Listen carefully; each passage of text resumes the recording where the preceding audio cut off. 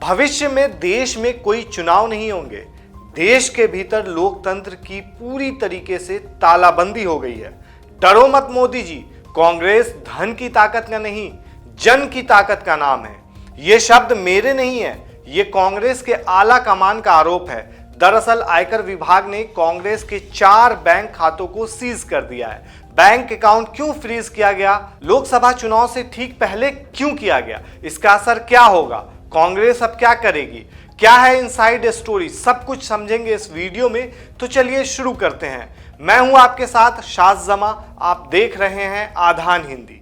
दरअसल अजय माकन ने शुक्रवार सुबह अपने सोशल मीडिया पर लिखा कि गणतंत्र पर हमला हो रहा है। उसके बाद अजय माकन ने दावा किया कि कांग्रेस के सभी अकाउंट पर तालाबंदी कर दी गई है। माकन ने कहा कि ये केवल कांग्रेस के अकाउंट फ्रीज नहीं हुए हैं, बल्कि लोकतंत्र को फ्रीज किया गया है। अजय माकन ने कहा कि देश में लोकतंत्र की पूरी तरीके से तालाबंदी हो गई है। ये चिंताजनक और निराशाजनक खबर है कि कांग्रेस पार्टी के सभी अकाउंट फ्रीज कर दिए गए हैं। वहीं इस सब मामले पर राहुल गांधी ने सोशल मीडिया पर लिखा कि डरो मत मोदी जी, कांग्रेस धन की ताकत का नहीं, जन की ताकत का नाम है।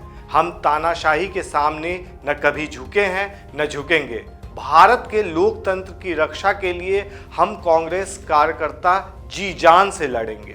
वहीं कांग्रेस अध्यक्ष मल्लिकार्जुन खड़गे ने सोशल मीडिया पर लिखा कि भाजपा ने जो असंवैधानिक धन इकट्ठा किया है उसका इस्तेमाल वे चुनाव में करेंगे, लेकिन हमने क्राउड फंडिंग के जरिए जो पैसा इकट्ठा किया है उसे सील कर दिया जाएगा। उन्होंने कहा कि इसलिए हमने कहा था कि भविष्य में देश में कोई चुनाव नहीं होंगे।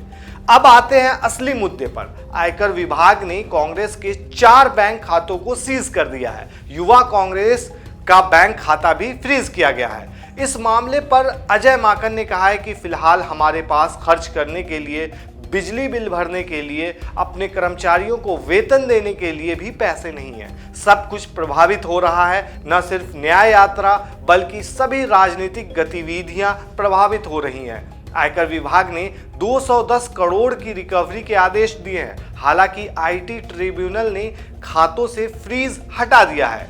दरअसल 2 दिन पहले कांग्रेस के बैंक अकाउंट फ्रीज होने की जानकारी सामने आई थी।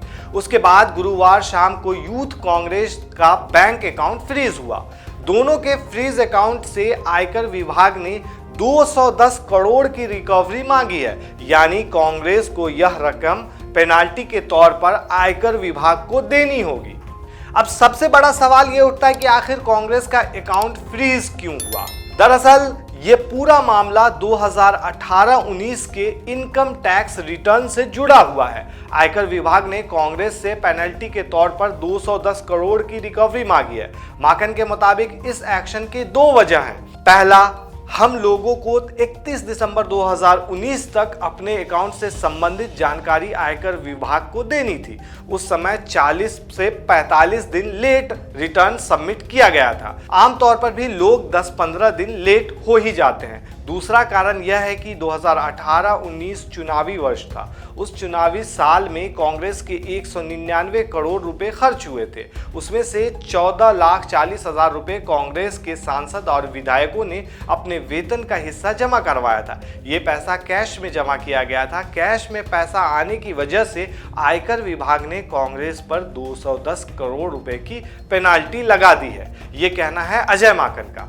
अब सवाल यह उठता है कि लोकसभा चुनाव से ठीक पहले अकाउंट फ्रीज होने से कांग्रेस पर इसका कितना प्रभाव पड़ेगा। माकन ने इस बारे में बताया कि अकाउंट फ्रीज होने से कांग्रेस का कामकाज प्रभावित हो गया है। हमारे पास बिजली का बिल भरने, वेतन देने के लिए पैसे तक नहीं है। हम बैंक में पैसा जमा नहीं कर सकते और बैंक से पैसा ले भी नहीं सकते हैं। कांग्रेस के अन्य सभी कार्यक्रम भी प्रभावित हो रहे हैं। अब सवाल यह उठता है कि आखिर कांग्रेस अब करेगी क्या, क्योंकि चुनाव सर पर है।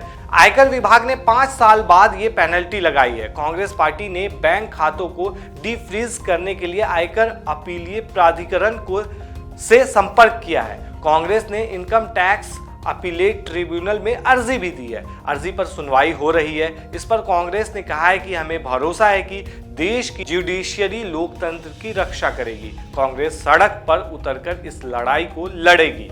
आखिर कांग्रेस के बैंक खाते में पैसा कहां से आया? इस सवाल के जवाब में कांग्रेस का कहना है कि कांग्रेस ने करीब 25 करोड़ रुपए लोगों के बीच जाकर एकत्र किए हैं। 95% पैसा उन लोगों का है जिन्होंने यूपीआई के जरिए 100 रुपए से भी कम चंदा दिया है। यूथ कांग्रेस के खाते में मेंबरशिप से जुटाया गया धन है ये। वो पैसा आयकर विभाग ने फ्रीज कर दिया है। दूसरी तरफ कारपोरेट बॉन्ड्स के पैसे को सुप्रीम कोर्ट ने असंवैधानिक करार दिया है।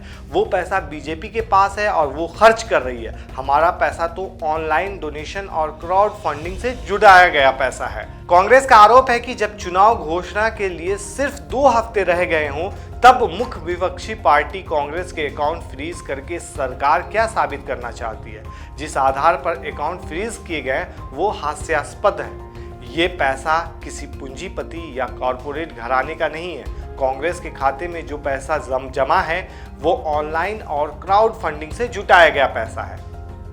अब इन सब के बीच जो सबसे इंटरेस्टिंग चीज है, इसकी पूरी इनसाइड स्टोरी को समझते हैं अच्छे तरीके से। सूत्रों के मुताबिक कांग्रेस का साल 2018-19 के लिए 135 करोड़ रुपए डिमांड बकाया है। इसमें मूल्यांकन के मद में 103 करोड़ रुपए का ब्याज शामिल है। इस मामले में आयकर अधिनियम 1961 के तहत धारा 143(3) के तहत मूल्यांकन 6 जुलाई 2021 को पूरा किया गया था। धारा 13A के तहत छूट की अनुमति नहीं दी गई थी क्योंकि धारा 13A(D) के प्रावधानों के अनुपालन नहीं किया गया था इसमें, और रिटर्न की वापसी हुई थी। आयकर रिटर्न भी देर से दाखिल किया गया था। मूल्यांकन 199 करोड़ रुपए की आय पर पूरा हुआ था और 103 करोड़ रुपए की टैक्स डिमांड बनाई गई थी।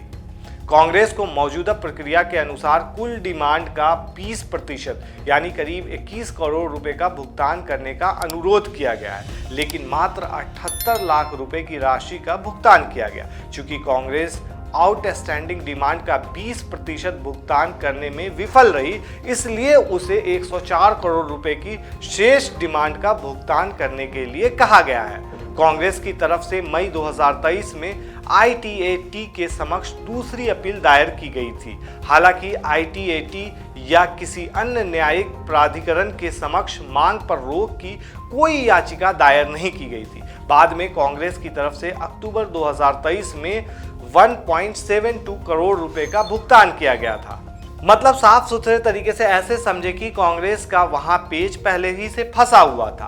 अब अभी की बात करते हैं। वर्तमान में कांग्रेस के विभिन्न बैंक खातों से पैसे निकालकर 115 करोड़ रुपए की वसूली की गई है। 16 फरवरी 2024 को ITAT के समक्ष अर्जी में आयकर विभाग ने सूचित किया था कि पैसे निकालने से वसूली की गई है, जो खाते से वसूली का एक नियमित उपाय है। खातों का संचालन या गतिविधि बंद नहीं की गई है। इसके अलावा INC के पास अपनी गतिविधियों के लिए कई और खाते हैं। इस फैक्ट पर ITAT ने ध्यान दिया। अब सुनवाई 21 फरवरी 2024 को तय की गई है। अब देखने वाली बात यह है कि इस मामले पर संबंधित विभाग क्या फैसला लेती है। वहीं सबसे बड़ा सवाल जो उठ रहा है कि ठीक चुनाव से पहले मुख्य विपक्षी पार्टी के खिलाफ ऐसी कार्रवाई, आप क्या सोचते हैं इस पूरे मामले पर? हमें कमेंट में ज़रूर बताएं, और अगर अभी तक आधान हिंदी सब्सक्राइब नहीं किया है तो कर लें। शुक्रिया।